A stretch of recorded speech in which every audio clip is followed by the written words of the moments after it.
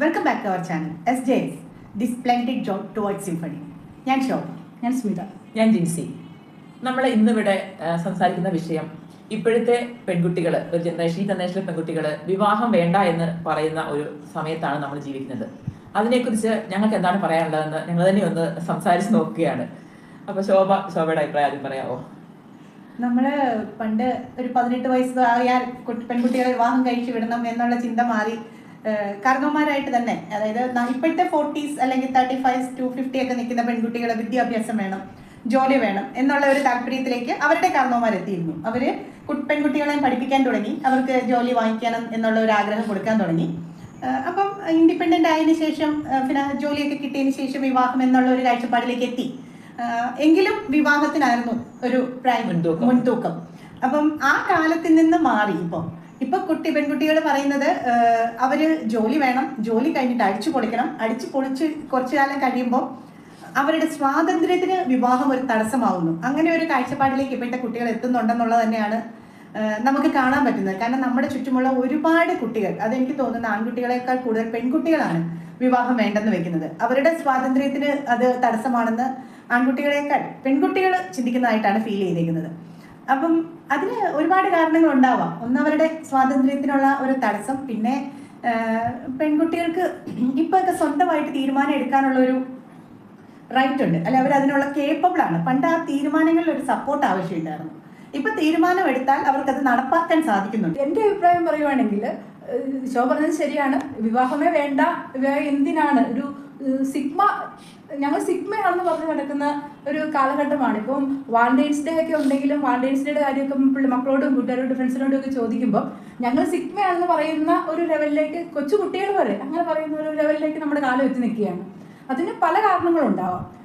നമ്മുടെയൊക്കെ ഒരു ജനറേഷനിൽപ്പെട്ട ആൾക്കാർക്കും വിവാഹം വേണ്ട എന്ന് ചിന്തിച്ചിട്ടുള്ള പലരും കാണും. പക്ഷെ സാഹചര്യങ്ങൾ കൊണ്ട് അല്ലെങ്കിൽ ഒറ്റയ്ക്ക് ജീവിക്കാനുള്ള ഒരു കോൺഫിഡൻസ്, ധൈര്യക്കുറവ് കൊണ്ട്, അല്ലെങ്കിൽ ഒരു കൂട്ട് വേണം, ഭാവി എന്താവും, അങ്ങനെയുള്ള ഒരു ചിന്ത കൊണ്ടൊക്കെ വിവാഹത്തിലേക്ക് വന്നവർ നമ്മുടെ കാലഘട്ടത്തിൽ ഒത്തിരി ധാരാളം ആൾക്കാരുണ്ട്.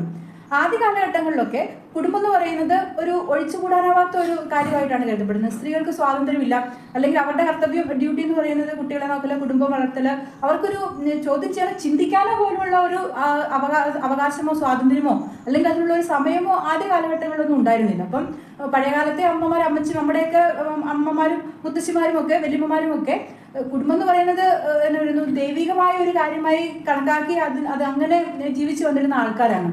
അവിടെ ആ കുടുംബങ്ങളിലെ വഴക്കില്ല, ബഹളങ്ങളില്ല, ഭർത്താവിനോടുള്ള വിധേയത്വം, അല്ലെങ്കിൽ ഭർത്താവിന്റെ വീട്ടുകാരോടുള്ള വിധേയത്വം, അനുസരണ, അതൊക്കെ ദൈവിക മൂല്യങ്ങളാണ്, അല്ലെ മതം അതിന് സ്വർഗം പ്രതിഫലം കിട്ടുന്ന കാര്യങ്ങളാണ്. അങ്ങനെയൊക്കെയുള്ള ഒരു കൺസെപ്റ്റിലാണ് ജീവിതം മുന്നോട്ട് വന്നിരുന്നത്. പക്ഷെ നമ്മുടെ ഒരു കാലഘട്ടത്തിലേക്കൊക്കെ വരുമ്പോൾ, നമ്മുടെ അല്ലെങ്കിൽ അതിന് തൊട്ട് മുമ്പുള്ള ഒരു ജനറേഷന്റെ കാലഘട്ടത്തിലേക്കൊക്കെ വരുമ്പം സ്ത്രീകൾക്ക് കുറെ കൂടി അവകാശങ്ങളായി, ജോലികളായി, നമ്മുടെ സ്വാതന്ത്ര്യത്തെക്കുറിച്ച് നമ്മൾ ബോധവതികളായിരുന്നു. അതിൻ്റെ ഒരു പ്രതിഫലനം കുടുംബങ്ങളിലും കാണാനുണ്ട്. കാരണം ഇഷ്ടമില്ലാത്ത കാര്യങ്ങൾ കണ്ടാൽ ചോദ്യം ചെയ്യുന്ന, അല്ലെങ്കിൽ അതിനോട് പ്രതികരിക്കുന്ന, എന്നും വഴക്കും ബഹളവും ഒക്കെ അങ്ങനെയുള്ള കുടുംബങ്ങളിൽ നമ്മുടെ ഒരു കാലഘട്ടത്തിലെ കുടുംബങ്ങളിൽ സർവ്വസാധാരണമാണ്.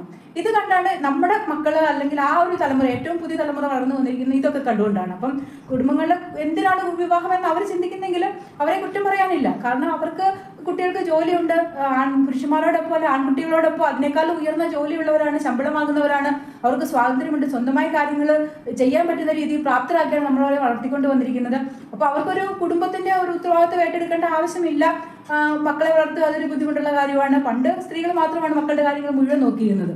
അപ്പോൾ അത് ഇന്നത്തെ പുതിയ ജനറേഷൻ നല്ല കുടുംബങ്ങളിൽ, നല്ല സ്നേഹ പശ്ചാത്തലമുള്ള കുടുംബങ്ങളിൽ വളർന്നു വന്നവർ, സ്ത്രീകളും പുരുഷന്മാരും ഈ കുട്ടികളെ നോക്കലും കുടുംബത്തിന്റെ ഉത്തരവാദിത്വമൊക്കെ തുല്യമായി പങ്കിട്ടെടുത്ത് ചെയ്യുന്നുണ്ട്. പക്ഷെ അങ്ങനെ അല്ലാത്തവര് ഒരു വഴക്കിന്റെയും ബഹളത്തിന്റെയും ഒക്കെ ഒരു പശ്ചാത്തലത്തിൽ നിന്ന് വന്ന കുട്ടികൾ, അവരുടെ മനസ്സിലുള്ള മുറിവുകളുണ്ട്.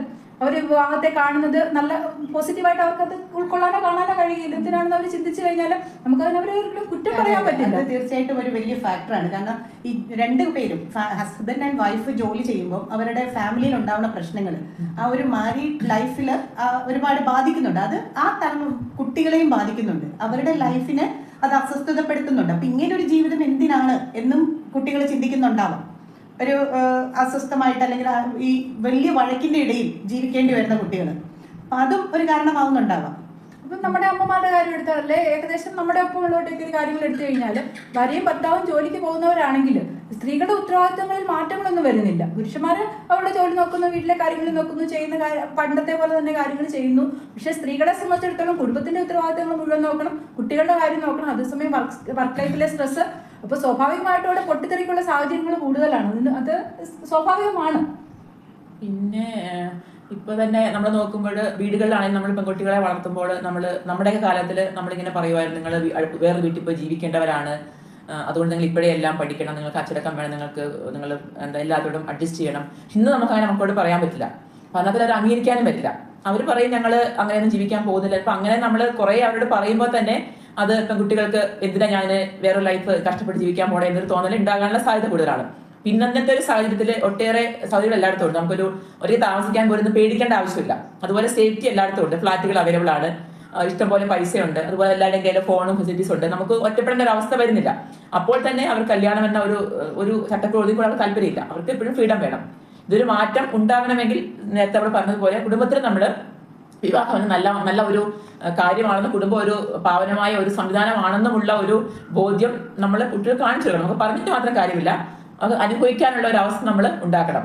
അങ്ങനെ വരുമ്പോൾ പുതിയ തലമുറ കുറെ കൂടി കുടുംബം എന്ന ആ സങ്കല്പത്തിനോട് ഒത്തുചേർന്ന് പോകാൻ സാധിക്കും. പിന്നെ ഞാൻ ചിന്തിക്കുന്ന ഒരു കാര്യം, കാണുന്ന ഒരു കാര്യം എന്ന് പറഞ്ഞാൽ നമ്മുടെ കാലഘട്ടത്തിൽ വിവാഹം കഴിച്ചില്ലെങ്കിൽ അതൊരു വലിയ കുറവായിരുന്നു. അപ്പം ഇവിടെ പറഞ്ഞു കേട്ടുന്ന ഒരു പ്രധാന കാര്യമുണ്ട്, വയസ്സുകാലത്ത് ആരും നോക്കുന്നുള്ളത്. ഞാനിപ്പോൾ പറയാൻ വരുമായിരുന്നു. കല്യാണം കഴിക്കാത്ത ആൾക്കാരെ സംബന്ധിച്ചിടത്തോളം ഏറ്റവും കൂടുതലുള്ള കൺസേൺ ആയിരുന്നു, പേരൻസിന്റെ ഒക്കെ വലിയ കൺസേൺ ആയിരുന്നു. ഇന്നത്തെ കാലത്ത് ഇപ്പൊ മക്കളുണ്ടെന്ന് കരുതി മക്കളും നമ്മളെ കാരണവന്മാരെ നോക്കുന്ന ഒരു കാലഘട്ടം ഏതാണ്ടൊക്കെ അവസാനിച്ചു എന്ന് പറയാം. അവർക്ക് ആഗ്രഹം കാണും, പക്ഷെ വിദേശത്തൊക്കെയുള്ള മക്കൾ കാരണവർക്ക് അങ്ങോട്ട് പോകാൻ താല്പര്യമില്ലെങ്കിൽ നാട്ടിൽ തന്നെ അതിനുള്ള അവർക്ക് ഒറ്റയ്ക്ക് ജീവിക്കാനുള്ള സംവിധാനം ഉണ്ടാക്കി കൊടുക്കുകയാണ് സ്വാഭാവികമായിട്ടും കൂടുതൽ കണ്ടുവരുന്നത്.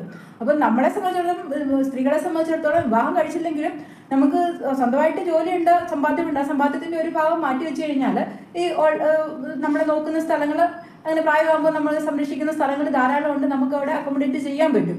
അങ്ങനെ ഒരു കോൺഫിഡൻസും ഇന്നത്തെ കുട്ടികൾക്കുണ്ട്. അവർക്ക് ഓപ്ഷൻസ് അവൈലബിൾ ആണ്. നമ്മുടെ കാലത്ത് ഇല്ലാതിരുന്ന വിവാഹത്തിലേക്ക് പലരും നിർബന്ധപൂർവ്വമെങ്കിലും പോകേണ്ടിയിരുന്ന ഒരു കാരണം ഒരുപക്ഷെ അതായിരിക്കും. നമുക്ക് സ്വന്തമായിട്ട് പക്ഷേ ഫിനാൻഷ്യലി ഇൻഡിപെൻഡന്റ് ആയിരിക്കണം. നമ്മുടെ കയ്യില് പൈസ ഉണ്ടെന്നുണ്ടെങ്കിൽ നമ്മുടെ ജീവിതം സേഫ് ആണ്. അതിനുള്ള നമുക്ക് പലതരത്തിൽ നമ്മുടെ ജീവിതം സേഫ് ആക്കാൻ നമുക്ക് പറ്റും. പിന്നെ എൻ്റെ ഒരു ആശങ്ക എന്ന് പറയുന്നത്, നമുക്ക് പ്രായമാവുമ്പോൾ നമ്മൾ നോക്കുന്നത് മാത്രമല്ല, നമുക്കൊരു ഏജ് ഇങ്ങനെ കൂടി വരുമ്പോൾ ഈ ഫ്രണ്ട്ഷിപ്പും ആ അടിപൊളി ജീവിതം നമുക്ക് അങ്ങ് മടുക്കാൻ തുടങ്ങും. അപ്പോൾ നമ്മൾക്ക് ആരായാലും നമ്മൾ സപ്പോർട്ട് ചെയ്യാനുണ്ടാവും, ഇമോഷണൽ സപ്പോർട്ട് നമുക്ക് ആവശ്യമുണ്ടല്ലോ. അന്ന് ഫ്രണ്ട്സ് നമ്മുടെ കൂടെ ഉണ്ടാവുമോ? അങ്ങനത്തെ ഒരു അവസ്ഥയിലേക്ക് എത്തുമ്പോൾ നമ്മുടെ ഒരു വൈകാരികമായ ഒരവസ്ഥയുള്ളൂ. അതിനെങ്ങനെ നമുക്ക് നന്നായിട്ട് കൊണ്ടുപോകാൻ സാധിക്കുമെന്ന ടെൻഷൻ നമ്മളിപ്പോൾ കാണുന്നില്ലല്ലോ അങ്ങനെ ആൾക്കാർ ജീവിതത്തിൽ ജീവിക്കുന്നത്. അപ്പൊ അത് നമുക്കിനി കണ്ടറിയേണ്ട കാര്യമാണ്. അതെങ്ങനെ അവർ ഫേസ് ചെയ്യാൻ അവർക്ക് പറ്റുമെന്നുള്ളത് നമുക്ക് കണ്ടറിയേണ്ട ഒരു കാര്യമാണ്. എൻ്റെ ഒരു ആശങ്കയാണ്, എൻ്റെ ഉള്ളിലുള്ള ഒരു ആശങ്കയാണത്, അവരെങ്ങനെ അതിനെ ഫേസ് ചെയ്യും എന്നുള്ളത്. ഈ പറയുന്ന കാര്യങ്ങളൊക്കെ ശരിയാണെങ്കിലും വിവാഹമേ വേണ്ട എന്നൊരു കൺസെപ്റ്റിനോട് എനിക്കൊരിക്കലും യോജിക്കാൻ സാധിക്കില്ല. കാരണം ഒരു കുടുംബം എന്ന് പറയുന്നത് കൂടുമ്പോൾ ഇമ്പമുള്ളതാണ് കുടുംബം എന്നാണ് പറയാറ്. നല്ലൊരു കുടുംബം എപ്പോഴും നമുക്കറിയാം, ഒരു കുട്ടി ജനിക്കുമ്പോൾ അമ്മയുടെ ഉദരത്തിലായിരിക്കുന്ന സമയം തൊട്ട്, ആ കൺസീവ് ചെയ്യുന്ന സമയം തൊട്ട് അമ്മയുടെ വിചാരങ്ങളും ഒക്കെ കുട്ടികളെ അഫക്ട് ചെയ്യുമെന്നാണ് പറയുന്നത്. അതുപോലെ ഒരു 7 വയസ്സ് വരെയുള്ള പ്രായം അവളുടെ വളർച്ചയെ സ്വഭാവത്തെ വളരെയധികം സ്വാധീനിക്കുന്ന ഒരു ഘട്ടമാണ്. എപ്പോഴും സന്തോഷമുള്ള ഒരു കുടുംബത്തിൽ വളരുന്ന ഒരു കുട്ടിക്ക് എപ്പോഴും സമൂഹത്തോടുള്ള കാഴ്ചപ്പാട്, അല്ലെങ്കിൽ ജീവിതത്തെ ഫേസ് ചെയ്യുന്നതിനുള്ള കാഴ്ചപ്പാടൊക്കെ വ്യത്യസ്തമായിരിക്കും, കുറച്ചുകൂടെ ഹെൽത്തി ആയിരിക്കും. അപ്പൊ അതുപോലെ തന്നെ വേറൊരു കാര്യമുണ്ട്. നമ്മളിപ്പം പണ്ട് ഒരു ഏകപത്നി വ്രതമൊക്കെ ആയിരുന്നു. ഒരു പാർട്ട്ണർക്ക് നമ്മൾ വേറൊരു പാർട്ട്ണറുടെ പുറകെ പോകുന്ന ഒരു സിറ്റുവേഷൻ ഒന്നും ഉണ്ടായിരുന്നില്ല. ഇപ്പോഴത്തെ പുതിയ ജനറേഷനിൽ ഫ്രീ സെക്സ് എന്ന് പറയുന്നത് വളരെ ഒരു കോമൺ ആയ ഒരു കാര്യമാണ്. അവർക്ക് ഇഷ്ടംപോലെ പാർട്ട്നേഴ്സ് ഉണ്ട്. ഇപ്പം പണ്ട് വിവാഹ ജീവിതത്തിൽ കൂടെ മാത്രം നടന്നിരുന്ന ഒരു സംഭവമാണ് ഈ സെക്സ് എന്ന് പറയുന്നത്. പക്ഷെ ഇപ്പം അത് കുട്ടികളല്ലാതെ തന്നെ അത് ആസ്വദിക്കുന്നുണ്ട്. നമ്മളിപ്പം സദാചാരമൊന്നും പറഞ്ഞിട്ട് കാര്യമില്ല, അതാണ് യാഥാർത്ഥ്യം. അതും ഒരു റീസൺ ആണോ? ഇവര് ഒരു പാർട്ട്ണറിൽ തന്നെ കമ്മിറ്റഡ് ആവാൻ താല്പര്യമില്ല. അപ്പൊ അതും ഒരു റീസൺ ആകാം എന്നാണ് തോന്നുന്നത്. അതുമല്ല, ഇതിന്റെ എല്ലാം നമ്മുടെ ആ ഒരു ചെറുപ്പകാലം കഴിഞ്ഞു കഴിയുമ്പം നമുക്ക് ആരോഗ്യക്ഷയിക്കുന്ന സമയത്ത് ഇതെല്ലാം എങ്ങനെയാകും എന്നുള്ളത്, അന്നേരവും അങ്ങോട്ടും ഇങ്ങോട്ടും സപ്പോർട്ട് വേണ്ട ഒരു കാലം. അന്നേരം ഒരു പാർട്ട്ണറെ നമുക്ക് സപ്പോർട്ട് ചെയ്യേണ്ട ഒരു ആവശ്യമൊന്നും വരുന്നില്ല. അപ്പോൾ അതൊരു സാമൂഹ്യ പ്രശ്നം തന്നെയാണ്. ഈ ഒരു കാര്യത്തിന് വേണ്ടി മാത്രം നമ്മൾ ഡിപ്പെൻഡ് ചെയ്യുകയും അല്ലാതെ നമ്മുടെ ആവശ്യങ്ങൾക്ക് വേണ്ടി നമ്മൾ ആരെ ഡിപ്പെൻഡ് ചെയ്യും? അങ്ങനെയുള്ള പ്രശ്നങ്ങളെല്ലാം വിവാഹം വേണ്ടെന്ന് വെക്കുമ്പോൾ സമൂഹത്തിലുള്ള ഒരു പ്രശ്നങ്ങൾ തന്നെയാണ്. അതിനൊക്കെ ഉത്തരം നമുക്ക് വഴിയെ കണ്ടെത്തേണ്ടിയിരിക്കുന്നു അല്ലേ? അതുപോലെ കുട്ടികളെ വേണ്ട, കുട്ടികളെ നോക്കാൻ കഴിയില്ല, അതിന്റെ റിസ്ക് ഏറ്റെടുക്കാൻ കഴിയില്ല എന്നുള്ള ഒരു വിവാഹം വേണ്ടെന്ന് വെക്കുന്നതിന് വലിയ കാരണമാണ്. എല്ലാവരും അങ്ങനെ ചിന്തിക്കാൻ തുടങ്ങിയാൽ നമ്മുടെ ലോകം തന്നെ ഇല്ലാതാവും. നമ്മളൊന്നും ഉണ്ടാവില്ലായിരുന്നു ഭൂമിയിൽ. അപ്പം നമ്മുടെ അടുത്ത തലമുറ വേണ്ടത് ഒരു നിലനിൽപ്പിന്റെ ആവശ്യകതയാണ്. അപ്പം ഈ ദൈവം സൃഷ്ടിച്ചേക്കുന്ന എല്ലാ ജീവജാലങ്ങൾക്കും പ്രത്യുൽപാദന ശേഷിയുണ്ട്, ജീവനുണ്ട് എന്നുള്ളതിന്റെ ഒരു സിംപ്റ്റമായിട്ട് പറയുന്നത് പ്രത്യുൽപാദന ശേഷിയും അതിൻ്റെ അകത്ത് വരുന്നുണ്ട്. അപ്പം പ്രപഞ്ചം സൃഷ്ടിക്കപ്പെട്ടിരിക്കുന്നത് തന്നെ അങ്ങനെയാണ്. അപ്പം ഇതെല്ലാം നമ്മൾ പുതിയ തലമുറയെ ബോധവൽക്കരിക്കുക. ഈ ഒരു അങ്ങനെ ഒരു കൺസെപ്റ്റ് അത്ര നല്ലതിനല്ല. പിന്നെ അവർ പറയണ പോലെ പോപ്പുലേഷൻ കൂടുതലാണ്, ഈ തലമുറ ഇങ്ങനെ ഒരു ലോകത്തേക്ക് ഒരാളെയും കൂടെ കൊണ്ടുവിട്ടിട്ട് എന്ത് ചെയ്യാൻ എന്നൊക്കെ വളരെ സെലിബ്രിറ്റികൾ പോലും ചോദിക്കുന്ന കേട്ടിട്ടുണ്ട്. ഇത്രയും എക്സ്പെൻസ് ഞാൻ ഒരു TV-യിൽ കേട്ടതാണ്. LKG അഡ്മിഷൻ എടുക്കണമെങ്കിൽ ഇത്ര ലക്ഷം വേണം, അത് കഴിഞ്ഞ് UKG-യിലേക്ക് പോകുമ്പോൾ അപ്പോൾ ഒരു കുട്ടി പഠിച്ചു വരുമ്പോൾ ഇത്രയും ലക്ഷങ്ങൾ ചിലവാകും. അപ്പൊ നമ്മൾ എന്തിനാണ് ഒരു കുട്ടിയെ നമ്മൾ ഈ ലോകത്തേക്ക് കൊണ്ടുവരുന്നത് എന്ന് ഒരു സെലിബ്രിറ്റി ആയിട്ടുള്ള ഒരു കുട്ടി TV കൂടെ ചോദിക്കുന്നത് ഞാൻ കേട്ടതാണ്. അത് നമ്മുടെ ഒരു ഓവർ കൺസേണിന്റെ ഭാഗമാണെന്നാണ് ഞാൻ കരുതുന്നത്. കാരണം നമ്മുടെ കുട്ടികളെ നമ്മൾ നല്ല സ്കൂളുകളിൽ പഠിപ്പിക്കുന്നു എന്നുള്ളത് ശരിയാണ്. പ്രയോറിറ്റി എപ്പോഴും നമ്മളെക്കൊണ്ട് സാധിക്കുമെങ്കിൽ നമ്മൾ ഇംഗ്ലീഷ് മീഡിയം സ്കൂളുകൾ അല്ലെ നല്ല പേരുകേട്ട സ്കൂളുകൾ നമ്മൾ തിരഞ്ഞെടുക്കും. പക്ഷേ ഗവൺമെന്റ് സ്കൂളുകളിൽ പഠിക്കുന്ന കുട്ടികളും ഇപ്പോൾ ഏതാണ്ട് അതേ ഒപ്പത്തിനൊപ്പമുള്ള നിലവാരത്തിലേക്ക് എത്തിച്ചേരുന്നുണ്ടെന്നുള്ളത് നമ്മൾ വിസ്മരിച്ചുകൂടാ. കാരണം നമ്മളൊക്കെ ഒരു കാലഘട്ടത്തിൽ അതുപോലെ ഒരു സ്കൂളുകളിൽ കൂടി പഠിച്ചു വളർന്നു വന്നവരാണ്.